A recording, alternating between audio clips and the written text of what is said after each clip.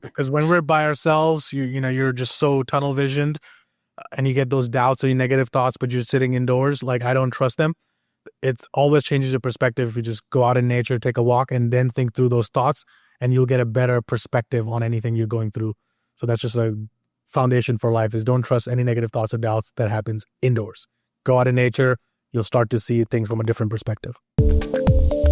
Step into the world of success with your brand amplified, the ultimate podcast designed to unravel the intricacies of thriving businesses. I'm your host, Annika Jackson, and I'm on a mission to uncover the stories, strategies, and secrets that have propelled entrepreneurs and business leaders to success. I am excited to have Anmol Singh here today. Anmol, you have a great story talking about your time in India, moving to the US, and then building up a very successful business or two. And so I'd love for you to talk about your origin story, talk about what compelled you to come to the United States, what you found here, and how you established something you were really passionate about from that moment.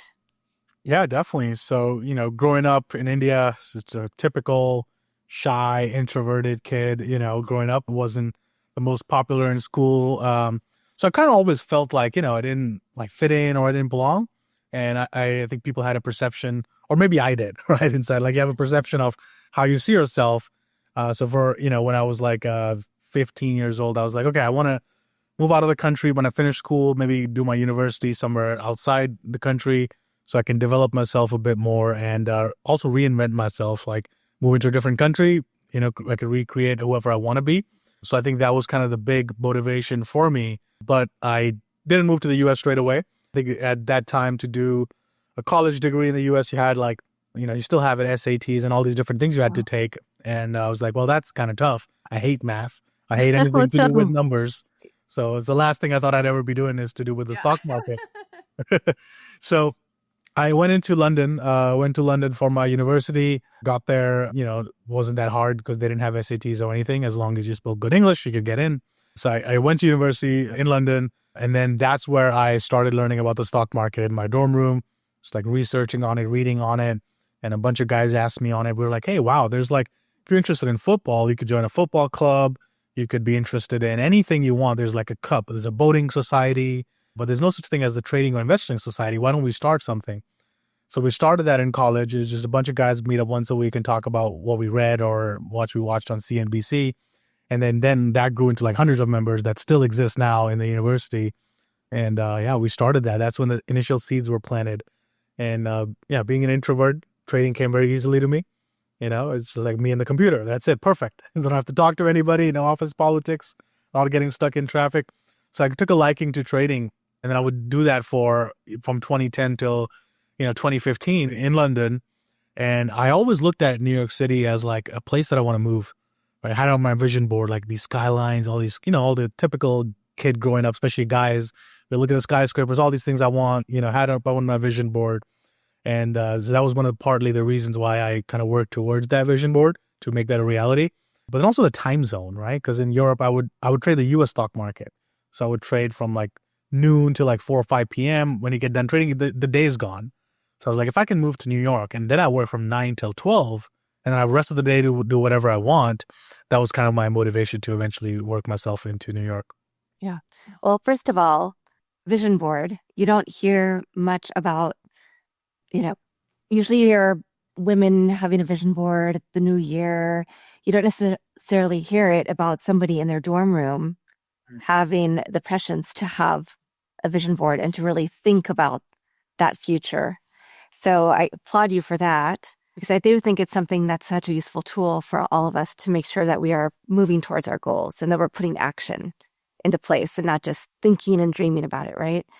But second of all, trading does involve analytics, data, math. So, how did that change into you going, oh, I'm actually really good at math and I like doing this?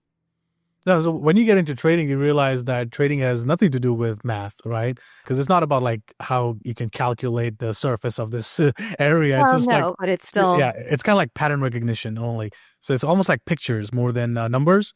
It's like, okay, I've seen this pattern before. When a stock does this, the last 100 times it did that, this was the result. So then it's more like pattern recognition more than anything. that's Uh, still math. But yeah. and And then we have like, thank God for modern technology. There's spreadsheets for everything these days. There's calculators, there's softwares that we built. So now I have softwares do a lot of that manual work for me where I can put in just my entry price on the stock or where I want to get out and then have the software kind of handle a lot of the other stuff. So that calculates the stuff that you would need to do manually in the past. So thank God for spreadsheets and all of that. Everything is automated now that you don't have to manually sit and calculate. So I think, yeah, that was kind of the big difference maker when I realized, because I, for the longest time, wrote off trading. Like I thought nothing to do with finance will be ever my thing. Because when I say I was bad at math, I was really bad at math. So, but then you realize that, okay, if I just learn these recognizing patterns, and that's the same thing with business too. As an entrepreneur, you're recognizing patterns, right? In your customers, your clients, on their buying decisions. It's all pattern recognition, less than numbers. So I think, yeah, that's the kind of the differentiating factor there. yeah, so just a different type of analytics and data analytics, Yeah. which is science and math together, but it's also you're taking the emotion out of it a little bit because you're able to see the patterns. What I know that you see people on the stock market floor, right? And you see them going back and forth, and it seems like there's a lot of emotion and frenzy involved. But by having these systems, I imagine that you're able to look at it differently. And so what was it like to have some early success as a trader when you were still in that early 20s era? Yeah. So the first year was bad. A whole first year I lost money. I had no idea what I was doing. I was kind of gambling. Oh, I like this stock. No reason behind why I think that. Just trading on emotion and feel, like what majority of the people actually do now. They watch and read an article. They had read something on X or on Reddit. They're like, I want to buy this stock. And now they're holding GameStop or AMC still, and they're down 95%. So it's like a lot of people do that. And I did that for my first year. But then I took all those lessons. I looked at it as like a data, right? Okay. Not like, if something goes wrong, like what most people would say is like, oh, I can't figure it out. I'm just a bad trader. Whereas I would look at it almost like AI. Okay, this happened, but then this happened. What if I did this next time? And like little tweaks that you can make to create the odds in your favor. So we're trying to be the casino rather than the player in the casino. The player will always lose because the casino knows they have this point little edge that the longer you play, eventually they're going to get their money back. So in trading, we're trying to be that casino. So it's not about me making money on that next trade. It's about, what if I took a sample size of 100 of them? Then I need to come out ahead. So it's like getting the odds in your favor. But your other point about like early success, it's a double-edged sword, right? Like, because for me, as I was giving you earlier, I was introvert, shy kid, not the most popular, didn't get any attention.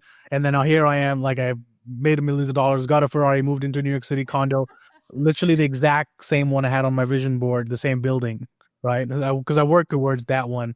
And then I got all of that, and it was amazing, because you could do so much with that money in your other aspects of your life. But then you sort of also compensate for a lot of the stuff that you didn't have growing up.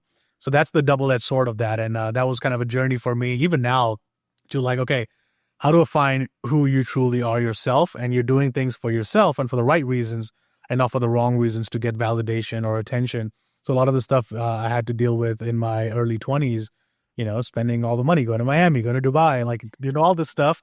But I feel also, I think it's sort of important to get that out of your system. So now that when you're in your 30s or your 40s, then you can build a life that you actually want to do. So it's important to get it out of your system, because I've seen the other side too, people who try to get out of the system in their 60s and 70s. And that's a hard one to recover from, in my opinion. Yeah, it's funny because I do think there are a lot of people who just stay in that cycle, right? It's all about the flash and not about the substance. And it sounds like you found that sweet spot after going through some of the flash, and I'm sure there's still some now, but it does take a lot to go through those experiences, because I've been through some of those experiences as well, and then say, wait, but this is who I really am. And the people who value me and my skill set really value me. It doesn't matter if I'm out there being flashy, getting my photos somewhere, whatever the case may be, right? They still value you for what you bring to the table and who you really are. And it does take some time. So did you have a pinnacle experience where you realized, oh, I need to go back to, you know, evaluating what I'm doing and realizing who I am and how I put that intention forward? Yeah, I think there was a lot of small little moments that came together to build that. But I think a lot of that came from like one of my relationships that ended, and I had to take a deep dive in myself. Like, okay, why am I doing certain things?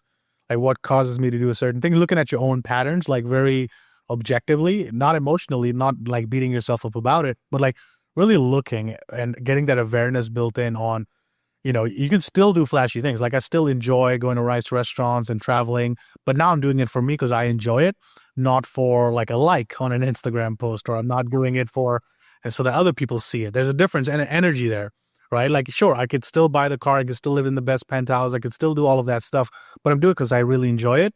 And I don't do it for the wrong reasons. Like majority of the people do it is to get that validation. So it's to notice like what feeds your dopamine, like, why are you doing certain things, and looking at it very objectively. And then you start to peel the onion layers and discover the truth behind things. And then you find who you truly are. And I think that's really important to take a deep dive and take a look at yourself.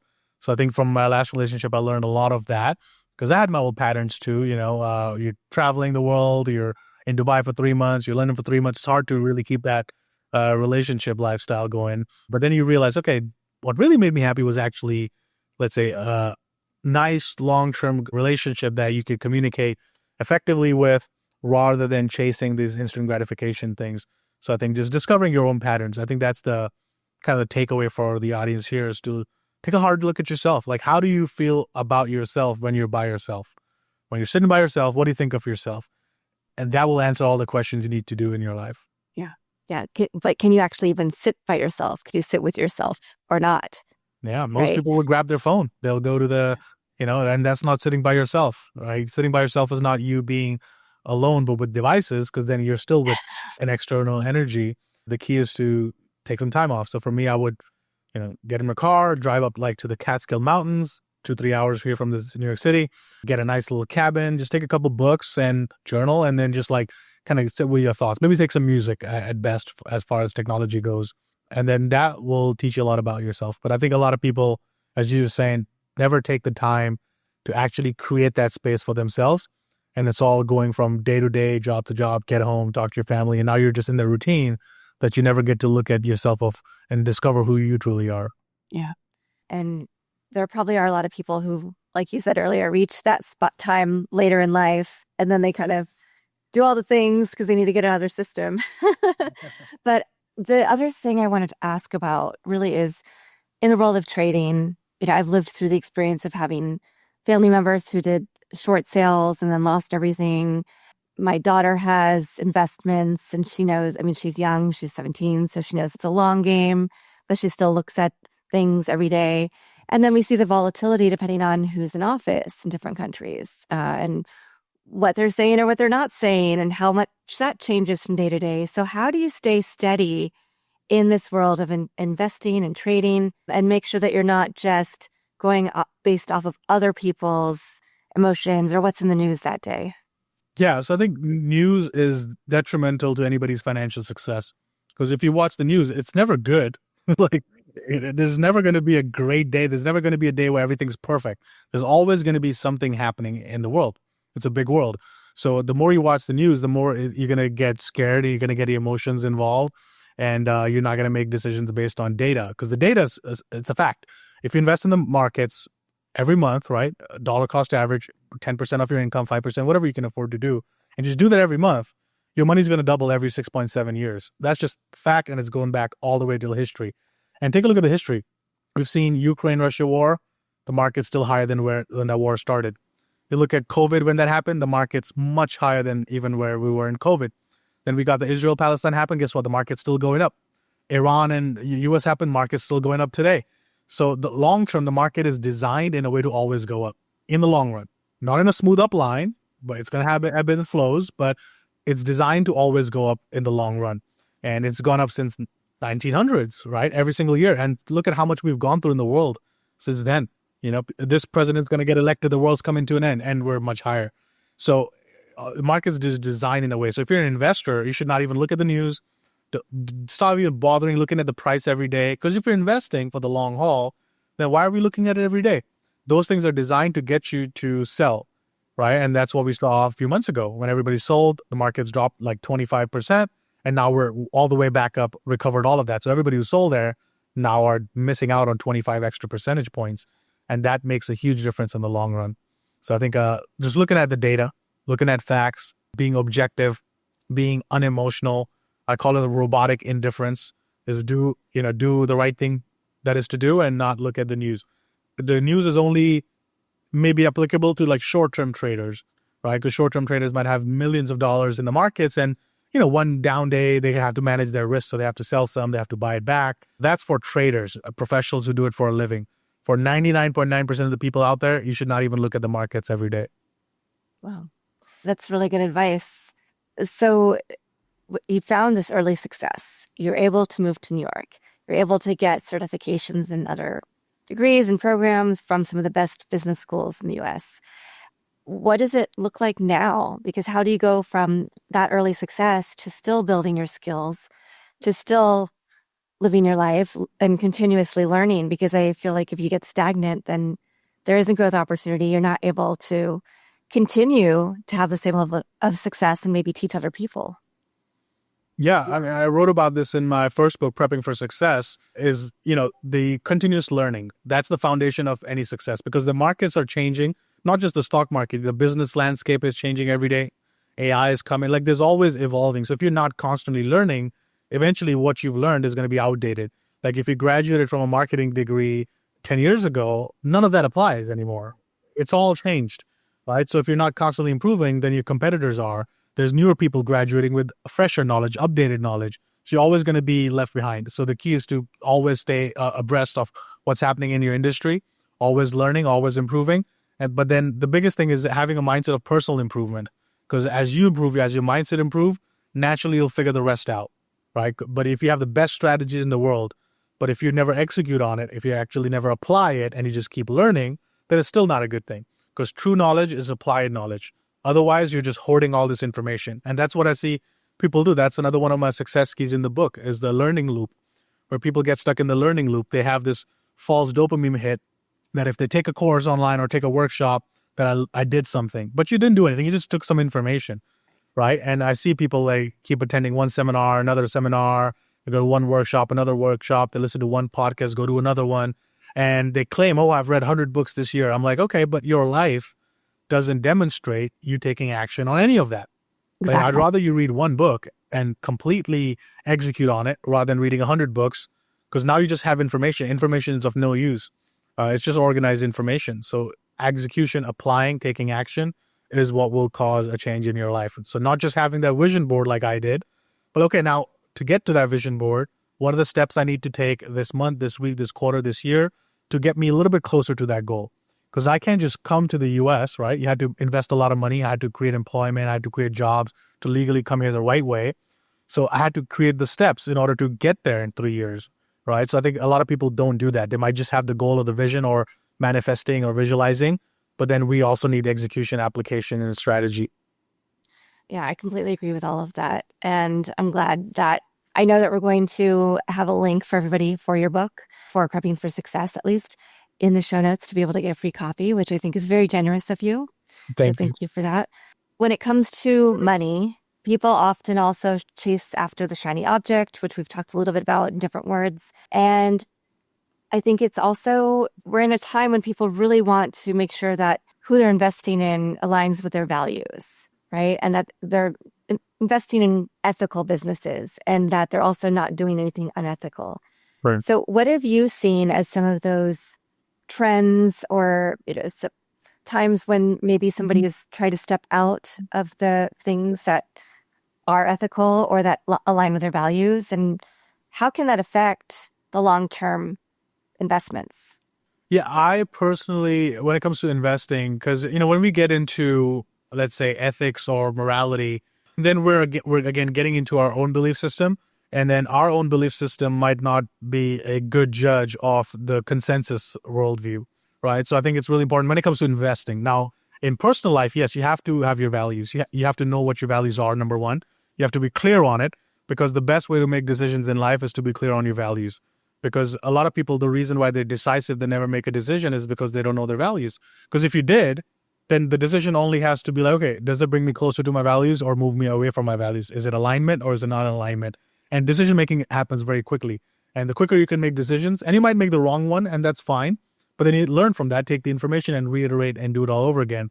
But when it comes to investing, I try to take my personal belief systems out when it comes to investing, because my only, my only loyalty in my trading business is to my own account, is to my own profit, right? So I think about them like my team, right? So let's say if there's $1 million trading account, I have 1 million employees, right? Now their job is to go out and grow our team, bring back 100,000 more of team members. So now my accounts is from 1 million to 1.1 million, right? So the only loyalty, at least for trading, is for me is like to grow that account, grow that money, and not invest on my emotions, because sometimes our emotions will lead us astray. And sometimes we have our own belief system, but the world doesn't agree with that, right? As we see even in the world with the politics and all of that stuff, you could have a worldview, but if everybody else thinks the other way, then they're going to be right.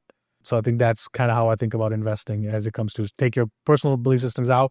Is the company making a good product? Are people using it? Is the company growing? Is it making more sales than less? Are they innovating? Are they improving? All right. And then what does the chart looks like, the technical analysis, what the trend looks like? Because you might love a company, but if the stock is clearly going down, it's a bad investment. Doesn't matter. Or sometimes we've seen horrible companies that have no business, the stock keeps going up, right? So I think that's why when it comes to investing is to take that belief system out of the way and just focus on data. Right? How did that investment or the trade do if I did it last 100 times? What's the overall net result? So looking at it statistically. Yeah. I don't know. I think there's a happy medium where you could look at it statistically. And obviously, there might be a company that completely aligns that's not doing well. So that would be a bad decision. But there might be companies that are doing well that still are in alignment, not with emotions, right? But with your value system that might not make you as much money as that large company that isn't in alignment at all. But yeah, so I think for me, I'd have to take a different approach. Right. Yeah, perhaps. I think that's the beauty of the markets is like everybody has a different opinion on things. But my view is even different than that. Let's say it's a company that you don't align the values with. But then I'm more incentivized to say, at least my thought process is like, I hate that company. I'm going to make money on them. Right. Oh, So then what do you do with that money is up to you. Right. got it. So if something is clearly going up, you can make that money. And now you could choose to donate that money. You could choose to give that money away. There's so much you can do with that money that you make. But if you don't make that money, then you can't do anything with it. You can't impact the world. You can't do anything with it. So I look at it like, okay, I don't like this company, but I can clearly see the stock is going to go up or the stock is going to go down. I could make money on that. Now I got one up on them. So it's like, It's a different way to think about it. Yeah, that's a good perspective. Thank you for sharing that. I can see how that could make sense. So talk about live traders. What do you do now? How do you help others? And what does your day-to-day look like? Yeah, so live traders, we help people build a consistently profitable trading business. So whether you are somebody who wants to do this full time like I do every day, you want to make this like your thing, like your main thing, then you could do that and build a career off it where you can just trade for a living, right? Then the other type of people we help are people who already have another business, they already have another job, they don't want to do this full time, but they still want to be involved and have their money work for them. Because you could put in the stock market, and again, that's amazing. Everybody should do it. And you're going to get roughly 10% annualized over the 10 years period. But what if we can shorten that time to even half or a third by actively being involved in the markets?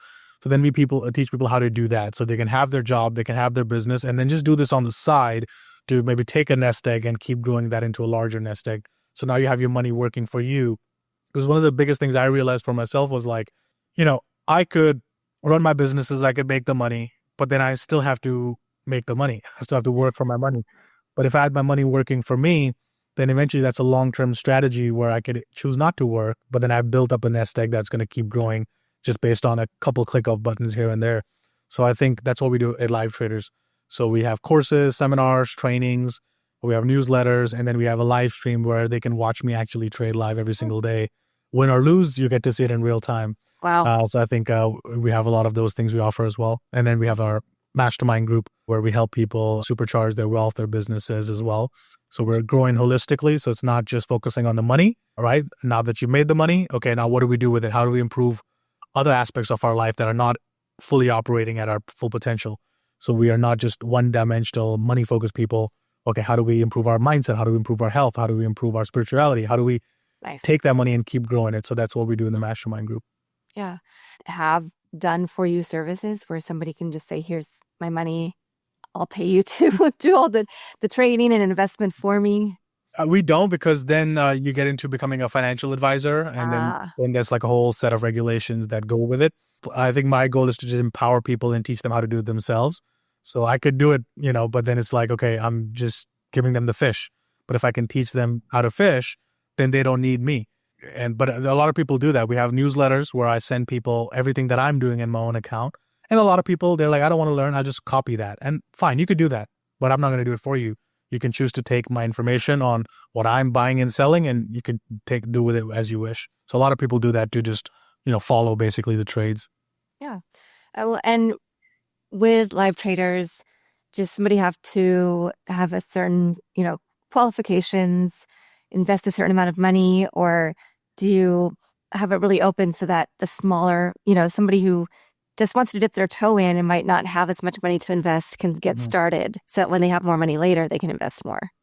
Absolutely. I think the biggest thing with the markets is like, you have to have an open mind. You have to have a willingness to learn, and you have to have a desire to improve your psychology. Like if you can get that, everything else can be taught. But if I can, because the thing is, if you don't have the right mindset, I could give you the best strategy in the world. You'll still find ways to mess it up, right? Or you still won't execute on it. I said, okay, buy the stock at 50, hold it till 70. It goes to 55. You're like, I have a little bit of profit, and then you sell it. And now you take a small little profit where you could have made more money on that single trade. So that's the hardest part to coach, is people, the integrity portion of like following a system rather than creating your own thought process behind it. But as long as people have that mindset, everything else can be coached. And as it relates to money, when it comes to like long-term investing, or when it comes to, you're doing a trade here and there, we call it swing trading, where we might buy a stock today and we might hold it for a few days or a few weeks, right? That you could do with anything. You could start with $1,000 and still do that, right? Now, when it comes to day trading, where you're in and out every single day, then you need at least $25,000. That's just the SEC rule. You have to have $25,000 to be day trading. But anything less than that, you can still buy something today and sell it tomorrow. And you could do that with like $1,000. Not a big deal. Yeah. Nice. Okay. What is the most important thing you want to impart on the audience today? I think the biggest thing is one of the, again, success keys in prepping for success is integrity, is being a man or woman of your word, right? When you say something, you got to do it, right? And whether you feel like it or not, but doing it because it's the right thing to do. So that's the foundation of integrity, is do what you said you're going to do, and then do it when you said you're going to do it. I mean, just think about how much our quality of life would be different and better if we did every single thing we said we're going to do, and we did it when we said we're going to do it. Like how much further our businesses would be, how much further our life would be. And that's the foundation of everything, is to make sure you follow through on your word. And a lot of people would say, but I'm a person of integrity. I'm like, really? When's the last time somebody called you and said, hey, and you said, hey, I'm in the middle of something, let me call you back. And then you never did. Or an email that you're supposed to follow up, but it's still sitting in your drafts. You still haven't pressed that send button. Or you ran into a old friend at a shopping mall or airport, and you're like, hey, so good to see you. We should totally catch up. When you have no intentions of ever catching up with them. So like noticing why we say certain things. Is it people pleasing? Is it we're saying to look nice, to avoid awkwardness? But the key is because unconscious mind doesn't differentiate, and it doesn't know our true intentions.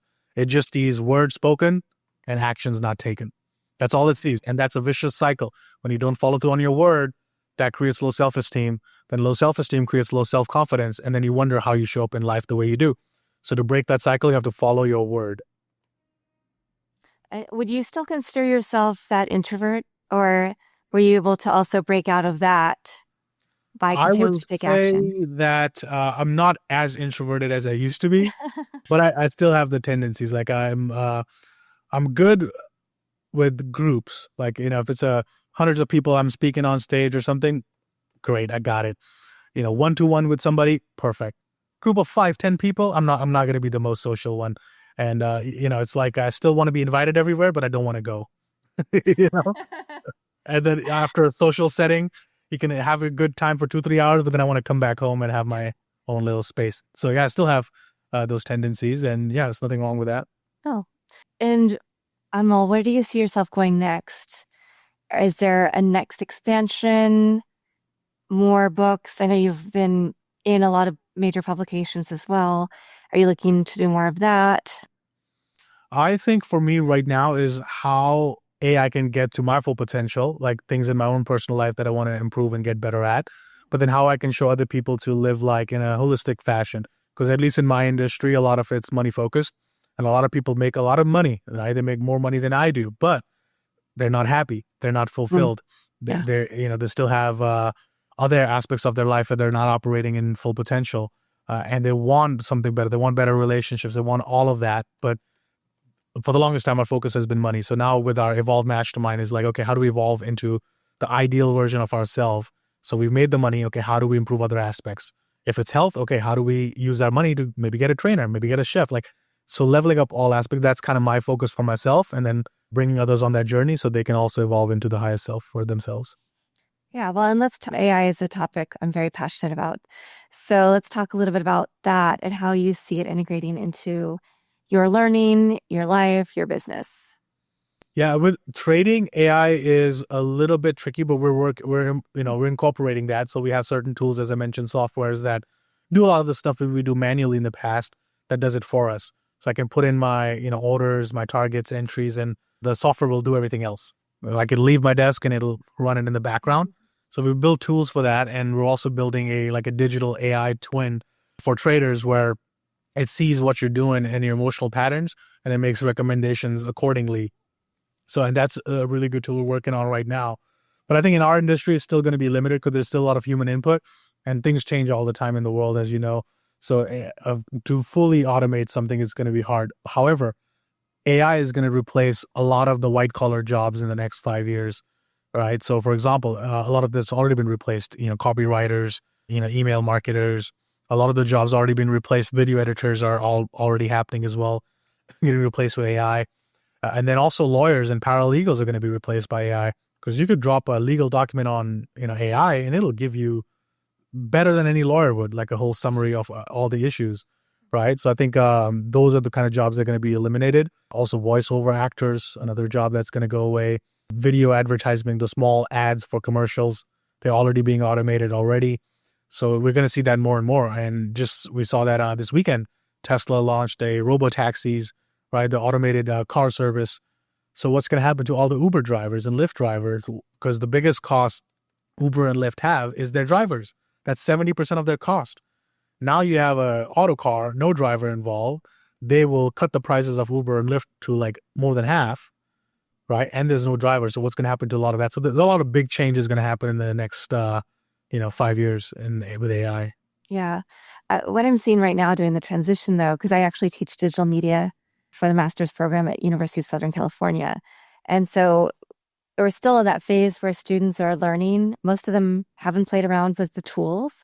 So we're in the process of teaching the business implications, the tools, which ones are most successful for use cases, so they can get to that phase. And then I do think there's going to be some room for human oversight, right? But I do agree that a lot of things can be automated. I mean, I'm even using that for my podcast to figure out, they might look like a great guest on paper, but I need to run further analytics using my agents to make sure that they'll really be good for this podcast. And so I see it becoming more and more important, and I'm excited about that in many ways. But I do also love the human connection and figuring out how we can keep human connection and what that looks like and how that changes in the future. Absolutely. And I think more and more when it comes to personal brand and everything, doing more live events are going to make a comeback, because people are longing for a connection. They want to meet people and they want to see somebody face to face. So the virtual event space has gotten, COVID kind of took that to a different level, and they still do a really good job. But you're seeing that from a marketing standpoint, those are not going to convert as well as bringing somebody physically in your room, because a lot of the content people are not trusting these. Is it really AI? Did they really make that video? And it's very hard to tell, So I think that's going to be a differentiating factor, is how can you build a connection with your audience, with your clients at a personal level, So it's not just automated text messages and automated everything, because after a while, everybody's going to do that and they all start to look the same. So how do you differentiate yourself is going to be the biggest key here. But yeah, they're never going to go away. Like you got to just like position yourself as an AI expert if you're somebody in the marketing space, because the companies are still going to need people to do the stuff. Like for me, sure, I could have an AI software edit my videos and write all this stuff, but I still don't want to do it, right? But I'm okay with my team member using it, right? And running it to his manual checks and delivering the final stuff to me. But I'm still going to need somebody to do that. But that person might not be putting in the manual input as he would in the past. He would be running it through AI to get his job faster and more efficient. Yeah. Yeah, that makes a lot of sense. Last question. Well, second to last question. Are there any conferences that you recommend people go to for your industry? And do you go to those and speak at them? And I think for my industry, conferences is not something I would recommend, just because trading, the thing is, there's so many different ways to invest and trade in the markets, right? There's so many different strategies. So the more you listen to more, you can actually get confused because you only need one thing to do. Because if I say, okay, look at the chart patterns and look at all these things, but then you listen to a conference, somebody says, but look at the balance sheet of the company. And then the other one, let's say, talks about, well, they're not a green company, so I'm not going to invest in it. So you learn so many different things that you actually get overwhelmed and you get confused. So I think, so conferences I wouldn't recommend. I think it's better to be in a group of people, or either mastermind groups or, different communities that do the same thing. Because then you can learn and evolve together. I think that would be kind of what I would recommend. So for me, I'm in a lot of other people's groups as well. I would attend their masterminds and stuff to just see what's happening in other industries as well. Because I think the biggest thing with business is people so much focus on their own industry. But the problem with your own industry is everybody's doing the same thing. But you're better to take ideas from other people's industries and apply them and be the first one to bring that into your industry. Yeah. So I think that's kind of how I think about it. Yeah, nice.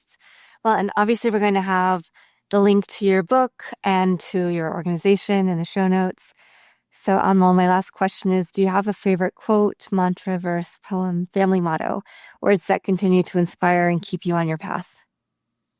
There's several. If you're picking one is a tough one, but one that I would say more from a psychology perspective is never trust a negative thought or a doubt that happens indoors. Okay. Yeah. Like, because when we're by ourselves, you're just so tunnel visioned and you get those doubts or negative thoughts, but you're sitting indoors. Like, I don't trust them. It always changes your perspective if you just go out in nature, take a walk, and then think through those thoughts, and you'll get a better perspective on anything you're going through. So that's just a foundation for life, is don't trust any negative thoughts or doubts that happens indoors. Go out in nature, you'll start to see things from a different perspective. Fantastic. I really appreciate that. And I'm actually going to be taking a walk with my dogs in nature after this. Awesome. Well, thank you so much for coming on the show. And thank you to everybody who's watching this episode or listening to it on your favorite platform. I'll be back again with another amazing guest to share their story, their journey, and some insights for you. Thanks for listening or watching to this episode of Your Brand Amplified. Don't forget to leave us a rating or review on your favorite podcast listening platform. And if you want to learn more, check us out at yourbandamplified.com.